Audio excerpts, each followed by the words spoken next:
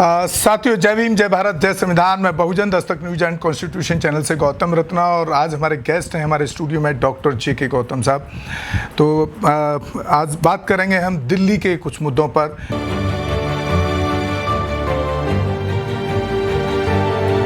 जो केजरीवाल की सरकार जाने के बाद जो भाजपा सरकार आई है उसके कुछ कामकाजों पर चर्चा करेंगे। डॉक्टर साहब, बड़ा देख रहे हैं आजकल दिल्ली में भी यूपी वाला बुलडोजर चल रहा है, गली मोहल्लों में, सड़कों किनारे पे सब जगह बुलडोजर चल रहा है। तो आप किस रूप में इसको देख रहे हैं?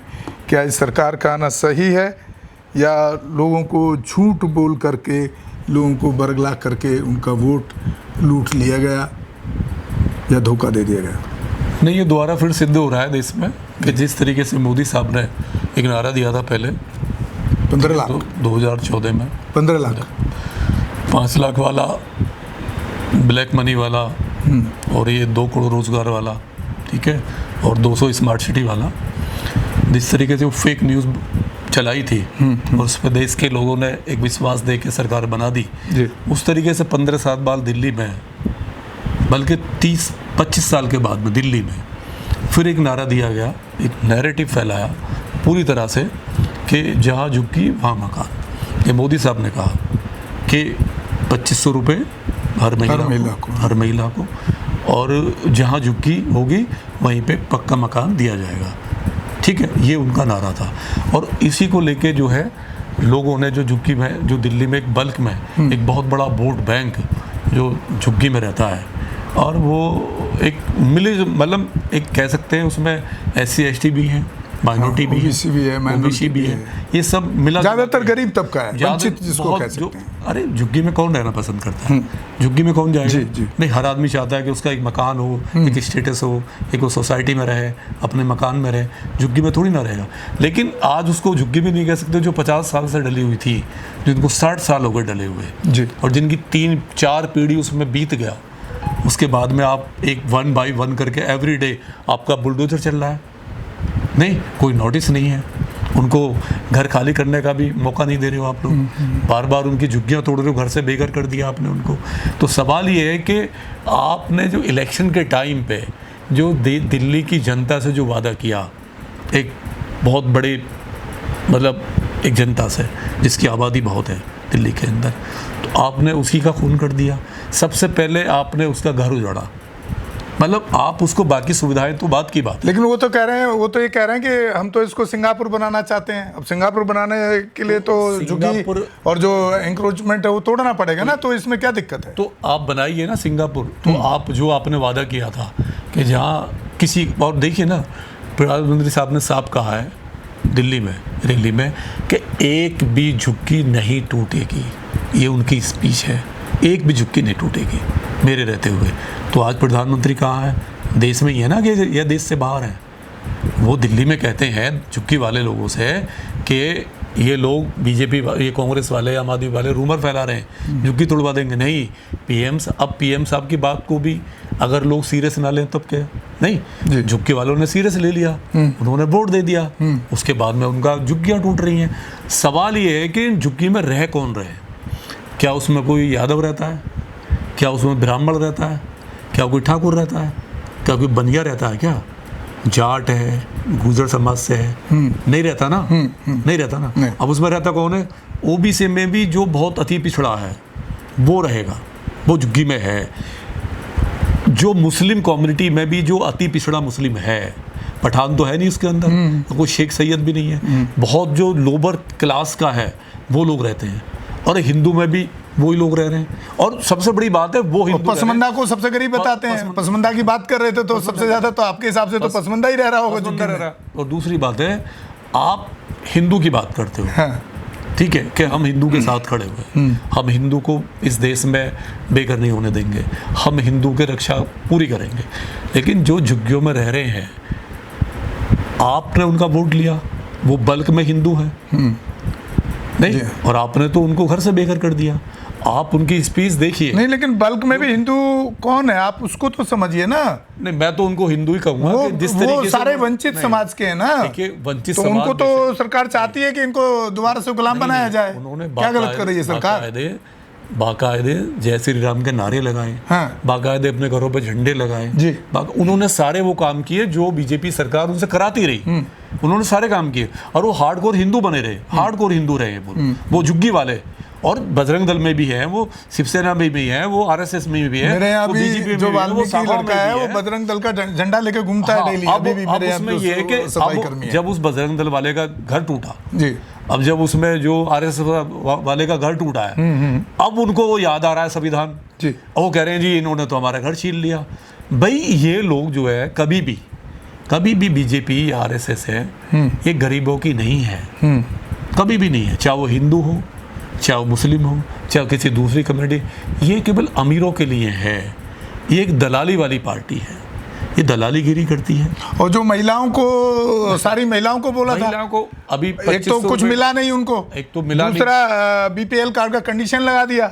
अब तो बीपीएल कार्ड ही खत्म हो जाएगा। हाँ। जब झुग्गियां नहीं रहेंगी दिल्ली में तो बीपीएल कार्ड ही खत्म, तो देने की जरूरत ही नहीं पड़ेगी।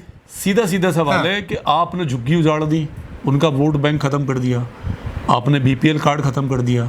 अब वो क्या होगा दिल्ली में? मैंने एक बच्चे का वीडियो देखा है जिसका घर टूटा था, तो मीडिया सवाल कर रहा है उससे कि अब तुम क्या करोगे? तो बच्चा साफ कह रहा है कि मैं मर्डर करूंगा, मैं चोरी करूंगा।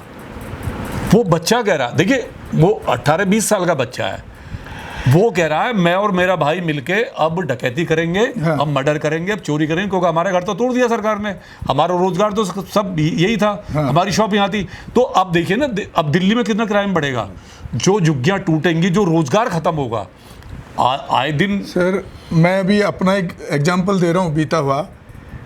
मैं 1 महीने काफ़ी बीमार रहा हूँ, बहुत ज़्यादा बेड पे था, और जब मैं ब्लड टेस्ट कराने गया तो कुछ ब्लड टेस्ट वहाँ सरकारी हॉस्पिटल में थे नहीं। और पहले क्या होता था कि मोहल्ला क्लिनिक जो थे, वो मोहल्ला क्लिनिक पर आप ब्लड का सैंपल दे आइए, चाहे कोई भी टेस्ट हो, वो मोहल्ला क्लिनिक उसको चाहे प्राइवेट से कराए या किसी बड़े हॉस्पिटल से करा के ला के रिपोर्ट दे देता था आपको।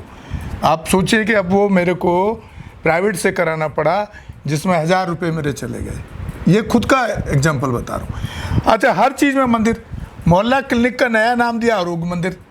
अरे आरोग्य मंदिर क्या होता है भाई? नहीं, हॉस्पिटल है, मोहल्ला क्लिनिक समझ आता है, एक मोहल्ले में क्लिनिक बना दिया, देखो रत्ना साहब, जायज बात है। देखो रत्ना, तो ये हर चीज में मंदिर और धर्म को और पूजा को क्यों जोड़ रहे हैं? ये लोग क्यों नहीं समझ रहे? आप एक चीज को मत भूलिए, बीजेपी जो आई है वो मंदिर के रास्ते से आई है, वो संविधान के रास्ते से नहीं आई, ठीक है? तो एयरपोर्ट का नाम भी मंदिर ही करेंगे क्या? वो करेंगे। देखिए क्या है, राम मंदिर का आंदोलन से बीजेपी का जन्म हुआ है। हाँ। इस देश में राम मंदिर से उन्होंने राम को बहुत यूज करा, बहुत आज भी कर रहे हैं जी। और वो मंदिर का रास्ता कभी नहीं छोड़ेगी बीजेपी। इस रास्ते को ना, हिंदू वाला जो हार्डकोर वाला जो हिंदू वाला रास्ता है, इसे कभी नहीं छोड़ेगी, क्योंकि ये उसकी बैकबोन है, यही उसकी लड़ाई है। क्योंकि जब तक ये SC ST OBC इससे चुपका रहेगा, इसके साथ इनमें जो बजरंग दल और ये माइनॉरिटी वाले लोग भी हैं जिनको पसंदीदा करके डिवाइड किया गया, वो भी तो भाजपा के साथ गया ना। 1% भी नहीं है। महिलाएं भी गई ना, जिनके बुर्के की, जिनको 3 तलाक के लिए वो भी उन्होंने भी वोट किया। बहुत कम है उनका, तो बहुत कम परसेंटेज है। लेकिन ये जो नया जो हिंदू बना ना, ये नया हिंदू जो बना है और जिसकी झुग्गियां तोड़ी जा रही है, मकान, झुग्गी तो नहीं है, वो मकान है, मकान बने, 50-60 सब कुछ उनके पास है, इनकम टैक्स वो दे रहे थे, नहीं है, सारे कार्ड उनके, सारे डॉक्यूमेंट्स हैं उनके पास। पुलिस पैसे लेके बनवाती है उनके मकान। मुझे बताइए, MCD वाले सारे करप्शन का पैसा लेकर के बैठे हैं। DDA के अधिकारी खुद बनवा रहे हैं, पुलिस वाले बनवा रहे हैं, MCD बनवा रहा है, सारे डिपार्टमेंट बनवा रहे हैं, उसके बाद भी वो झुग्गी है, उसके बाद भी आप उसे तोड़ दिया आपने। तो मेरी तो अपील आपकी बातों से कभी-कभी मुझे लगता है कि आप भाजपा RSS के बहुत खिलाफ जहर नहीं बोलते क्या? नहीं, कोई नफरत है क्या आपको? नहीं, भाजपा नहीं।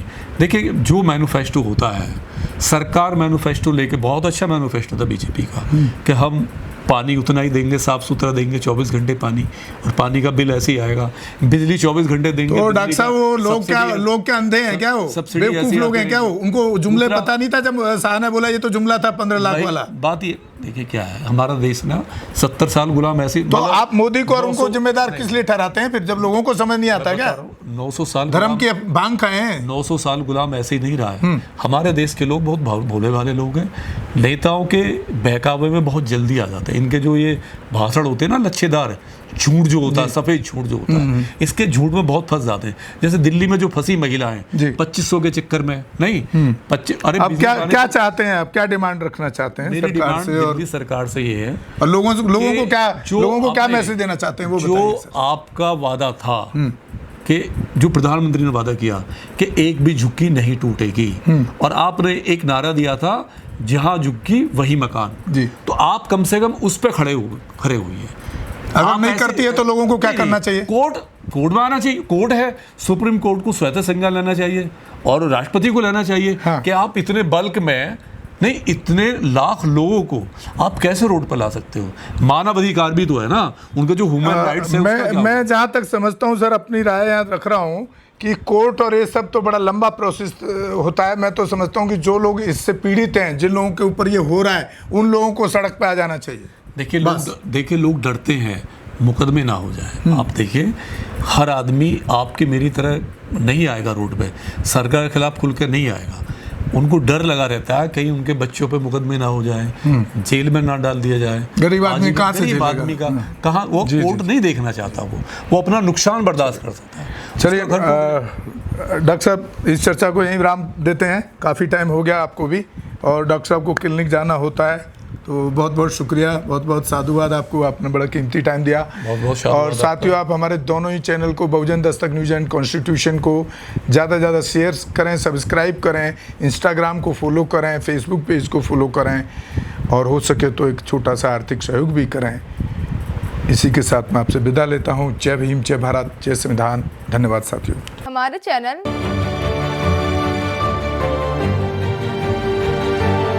लाइक, शेयर, सब्सक्राइब देखना मत भूलिएगा। जय भीम, जय भारत, जय संविधान। नमो बुद्धाय। धन्यवाद। चैनल आर्थिक समस्या से गुजर रहा है।